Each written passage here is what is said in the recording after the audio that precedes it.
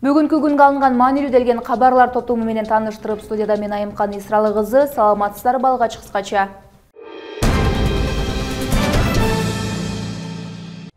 Түркиянын президенти Кыргызстанга мамлекеттик сапар менен келди. Ош шаарындагы Т жолу качан пайдаланууга берилет?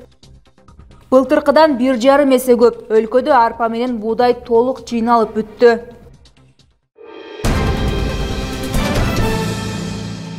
Түркиянын президенти Режеп Тайып Эрдоган 4 ноябрда Кыргызстанга мамлекеттик сапар менен келди. Эл аралык Манас аэропортунда түрк лидерин президент Садыр Жапаров тосуп алды.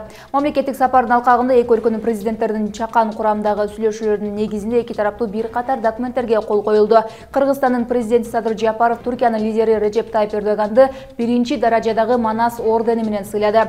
Жапаров Эрдогандын эки өлкөнүн стратегиялык кызматташтыгын чыңдоого кошкон олуттуу салымын баса белгиледи. Кымбаттуу бир тууганым, эки элдин биримдигин жана түбөлүк достугун, стратегиялык кызматташтыгын чыңдоого кошкон салымыңыз үчүн Кыргызстандын эң жогорку мамлекеттик сыйлыктарынын бири болгон биринчи даражадагы Манас орденин бүткүл кыргыз элинин атынан сизге тапшырып коюуну уруксат этиңиз. Бул сыйлыкты сизге тапшыруу мен үчүн өзгөчө сыймык, деди Жапаров. Ал Эрдоганга бекем ден соолук, узун өмүр, кажыбас кайрат, ал эми мамлекеттик ишинде ийгиликтерди каалады. Эрдоган 6 ноябрда Бишкекте өтүүчү Түрк мамлекеттер уюмунун 11-чи саммитине да катышат. Мындан сырткары аталган саммитке Казакстан, Өзбекстан, Азербайжандан мамлекеттердин өкүлдөрү катышат.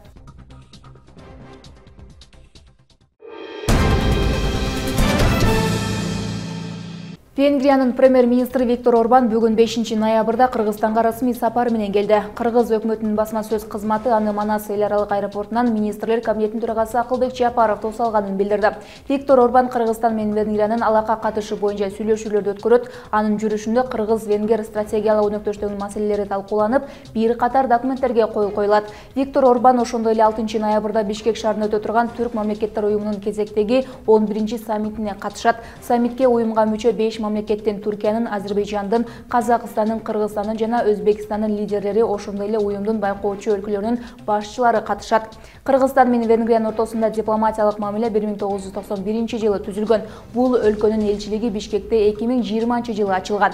Ошол эле жылы стратегиялык өнөктөштүк тууралуу декларация кабыл алынган. Кыргызстандын президенти Садыр Жапаров 2023-жылы августта Венгрияга иш сапары менен барган.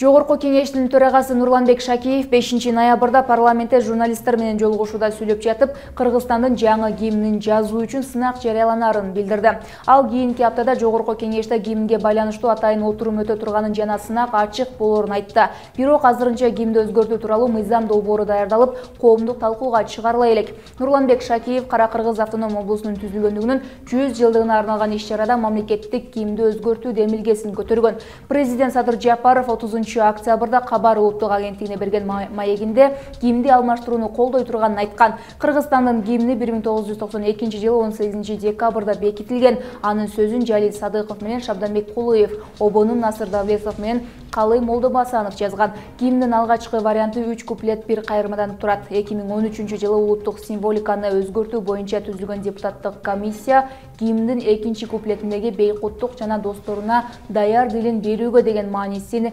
талаштуу сөздөрдөн улам аны алып салууну чечишкен.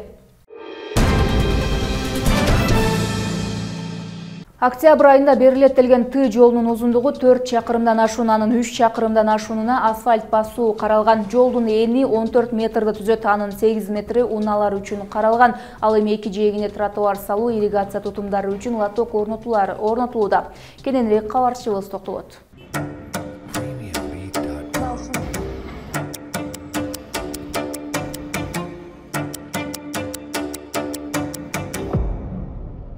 Ош шаарынын аймагына кирүү үчүн негизгиделген Монуев көчөсү жабылгандан бери шаар аймагына кирүүчү жолдор мына ушундай жол тыгынын жаратууда. Мындан улам жарандар бул маселенин чечилишин күтүп, нааразычылыгын билдиришүүдө. Калаанын көчөлөрүнүн басымдуу бөлүгүндө жол тыгыны көбөйүүдө. Жарандар көздөгөн жерине сааттап жетип барууга аргасыз болуп жатканын айтышат. Ага Т кесилишиндеги жолдун курулушу бүтпөй жаткандыгын себеп кылышууда. Күндөгү ушундай көйгөй, ушундай тыгын, ушундай пробка, өздөрү бир шашылыш бир жумуштар менен келип пробкада жүрсө, мындай кылбайт эле. Элдердин сөзү жетпейт, үнү жетпейт. не кылат күндүгө ошо кайталаман эме. Ana o жерде тыгны ачып койгондо бул маселе жаралмак эмес. Азыраак болсо да кичине нерселер чечилмек. Ушуну бир нерселерге баягы чоңдорго жеткизип койсоңор бир жетсин ушул немелер.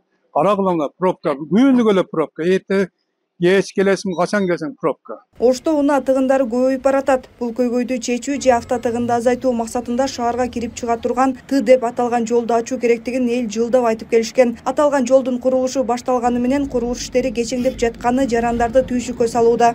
Өзгөндөн келиш, кетиш дагы неужели өзгөн жалалап деле, даны жака чыккан Бишкекке чыксак деле кыйынчылык болуп жатат чындыгында.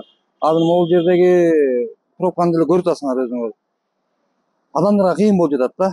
Эми ушу жагын жогору жактагылар угуп жаткан болсо, эгер тез арада ачкан болсок, эла жеңилдик болот эле. Негизи мен оюмда мына түз келаткан Тдан биракты ачып туруп, анан биякты жапса болчу экен.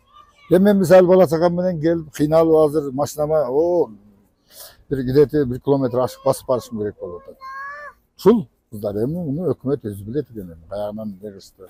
Буга чейин октябрь айына берилеттелген Т жолунун узундугу 4 чакырымдан ашуун, анын 3 чакырымдан ашууна асфальт басылууда. Эни 14 метрди түзөт, анын 8 метри унаалар үчүн каралган. Эки жээктеринде тротуар салуу, ирригация тутумдары үчүн атайын лотоктор орнотулууда. Аба ырайынын өзгөрүшүнөн улам курулуш иштери кечеңдеп жаткандыгын айтышууда. Азыркы мезгилде экинчи участкада иш жүрүп атат. Иш жүрүп атат деген себеби лотоктор коюлуп атат, бордюрлөр коюлуп атат.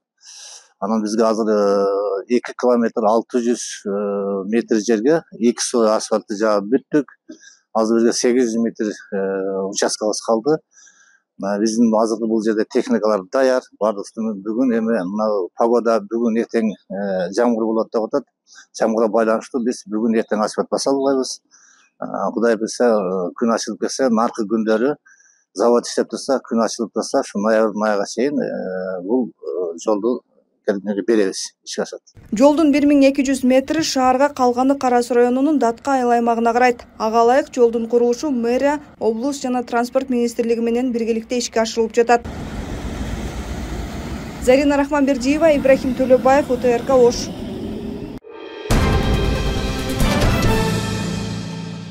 Баткендин Зардал айылына бара турган жолдун Сары Тала Кызыл Таш бөлүгүндө кеңейтүү жумуштары жүрүп жатат. Бул тууралуу Транспорт жана коммуникациялар министрлигинин маалымат кызматы кабарлады. Унаа кыймылынын багытын жакшыртуу үчүн белгилер орнотулууда. Жеринде номер 2 жол тейлөө ишканасынын кызматкерлери иш алып барууда. Зардалы Баткен облусунун бийик тоолу жетүүгө кыйын сонадагы айылы.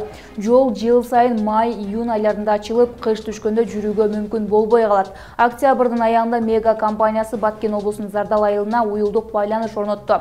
Мамлекет башчысы Садыр Жапаров Зардалга ушул жылдын 29 сентябрында барган. Айыл тургундары жол салуу жана электр жарыгын жеткирүү менен катар уюлдук байланыш көйгөйүн чечип берүүнү өтүнүшкөн.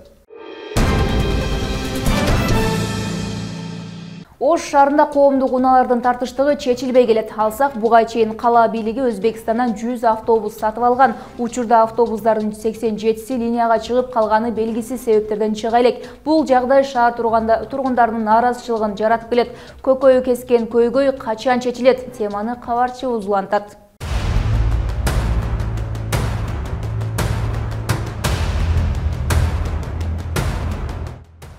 Кала бийлиги март айында шаардагы коомдук транспорт тартыштыгын чечүү максатында Өзбекстандан 100 автобус сатып алган. Учурда аталган автобустардын 87си каттамга чыккан. Калган 13-ü ушул күнгө чейин линияга чыга элек. Ош шаарындагы коомдук унаалардын тартыштыгы шаар тургундарынын нааразычылыгын жаратып келет.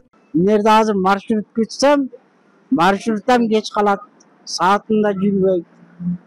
Жаңы немелерди башка линияга коюп койгон. Олар каттап атат, 5-6тасы эле каттап атат. Калган маршруттар тыгын, чыга албайсың. Анан остановкадан токтобой өтүп кетип калышат, тыгындыгына байланыштуу. Оштогу бийлик өз билгенин кылып атат. Маршруттук каттамдар азыркы убакта өтө кеч келет, кечигип. Студенттер көп болгондуктан да быйыл ушундай болуп атат негизи. Көргөнүңүздөр эле бардыгы тыгын. Өзүнүн 5 мүнөттө каттап турган болсо 15 мүнөттөн кийин келет да. Кесип-кесипчи. Бирете 2-3 жолу. Бирок ошондо да бардыгы тыгын да. Жолго араң чыгып, дем жетишпей, терлеп, тердет дегендей ошондой болуп атат.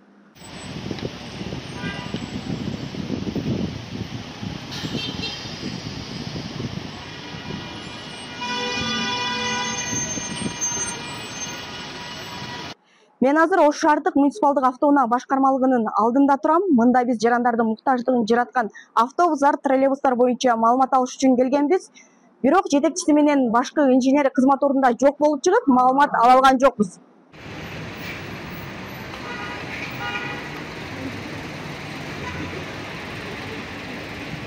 Өзбекстандан сатып алынган 100 автобус, Бишкек шаарынан келген троллейбустар, запытныйга салынуучу жаңы линиялар боюнча маалымат алыш үчүн Ош шаардык мэриясына кайрылганбыз. Учурда банктар менен сүйлөшүүлөр жүрүп жаткандыгына байланыштуу интервью берүүдөн баш тартты. Ош шаардык мэриясынын чарба жана коомдук транспорт бөлүмүнүн жетекчиси Эшманбет Кармышаков учурда жаңы линия боюнча банктар менен сүйлөшүүлөр жүрүп жаткандыгын, сүйлөшүүлөр аяктаганда толук маалымат берилерин билдирди. Убактысы азырынча белгисиз. Ал эми каалада 200гө жакын жаңы автобустар бар. 1000ден ашык маршрутка бар. Анын алtuuчусу күнүнө каттамга чыгат. Бирок бул транспортта шаардын муктаждыгын чечпей келет.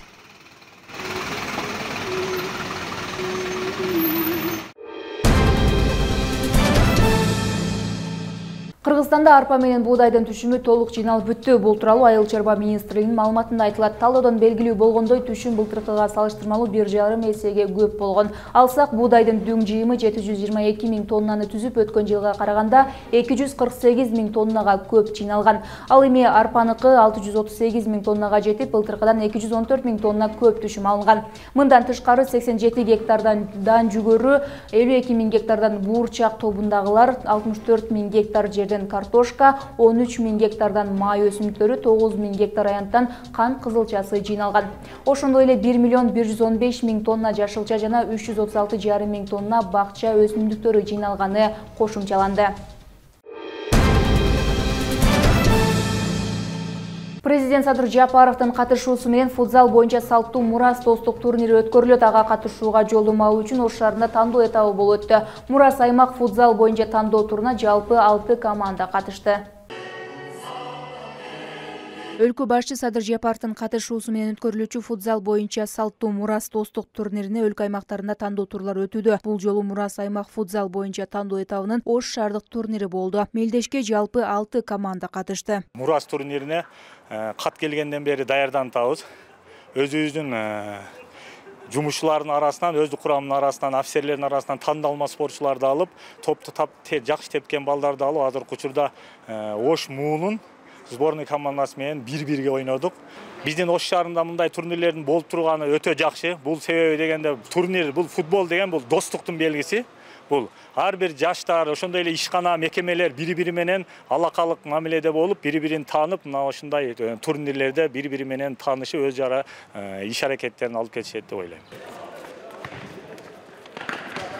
Мурас футболдук турнири мамлекеттик жана муниципалдык кызматкерлер арасында өткөрүлөт. Жаш курагы чектелүү. 42 жаштан жогорку кызматкерлер катыша алат. Буга чейин командаларда облустук, шаардык деңгээлде тандоо туру уюштурулчу эмес. Быйыл гана достук турнирине баруу үчүн ушундай эреже киргизилди. Бул биринчиден кызматкерлердин арасындагы достукту, биримдикти чыңдаса, бир чети кыргыз футбол биримдигин жайылтууга, дене тарбия жана спортту өнүктүрүүгө салым кошот. Биздин команда боюнча айтып кете турган болсок, жободо жазылган 42 жаш жана андан жогору жаштагы адамдар катышсын дегенден, биринчиден чындыгында ошол жашка туура келе турган оюнчуларды табыш абдан кыйын болду. Экинчиден таап чыгып, алар менен ушул айтылгандан бери даярдык көргөн аракет кылып атабыз. Аракет кылып даярданып келдик. Эми бүгүн турнирде Кудай буйрса анын өзүрүн көрөбүз деген ниетте турабыз биз дагы. Бул спортту өнүктүрүү саясатын медик кызматкери катары, медицина кызматкери катары биз толук колдойбуз да. Бул өтө сонун идея. Ажообуз Садыр Нуркожоевичке терең ыраазычылык. Мурас аймак турнири 4 этап менен өтөт. Оюндун жүрүшүндө ар бир команда бири-бири менен беттешет. Дал ушул турнирге катышып жаткан 6 команданын ичинен жеңүүчү аталган команда президенттин катышуусунда боло турчу республикалык Мурас достук турнирине барат. Мурас аймак мелдеши 4 этап менен өтөт. Биринчи этабы бул райондук этап. Экинчи этап областық этап болады. 3-ші этап бұл республикалық этап. 4-ші этабыбыз бұл урматтуу биздин президентибиз катышуучусу менен өтө турган финальный этап болуп эсептелет. Бүгүн буйруса мына Ош шаарында Мурас аймак мелдешинин 1-ші этабын баштап алдык. 6 команда катышып отурат. Белгилесек, мамлекет башчы Садыр Жапаровдун катышуусунда салтка айланган Мурас достук турнири жыл сайын өткөрүлүп келет. Ал эми быйыл 1-ші жолу район шаарлардан тандалып алынган командалар катышат. Айымкан Исралы кызы, Мирзат Нуманов, УТРК Ош.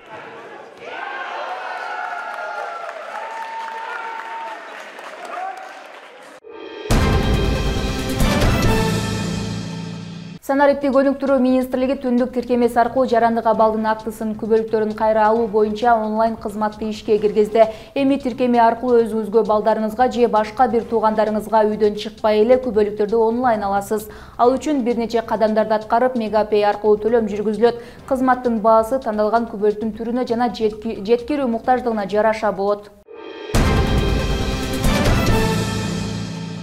5-8 ноябрда өлкөнүн тоолуу аймактарында жана тоо этектеринде күтүлүп жаткан жаан-чачындан улам жаратылыш кырсыктары болушу ыктымал. Бул тууралуу өзгөчө кырдаалдар министрлигинен билдиришти. Сел, жер көчкү жүрүп, таш кулашы божомолонгон аймактардын тизмеси: Чүй облусу боюнча Чүй, Ысык Ата, Аламүдүн, Сокулук, Москва, Жайыл, Кемин жана Панфилов райондору. Ысык Көл облусу боюнча Ысык Көл, Түп жана Тоң райондору. Нарын облусу боюнча Кочкор, Нарын, Актала, Атбашы жана Жумгал райондору. Талас облусунда Чыңгыз Айтматов, Бакаята, Манас жана Талас райондору. Жалал Абад облусунда Чаткал, Алабука, Аксы, Нокен, Токтогул, Базаркоргон, Сузак жана Тогуз-Туроо райондору. Ош облусунда Өзгөн, Карагулжа, Кара Суу, Араван, Ноокат, Чоңалай жана Алай райондорунда. Баткен облусунда Кадамжай, Баткен жана Лейлек райондору.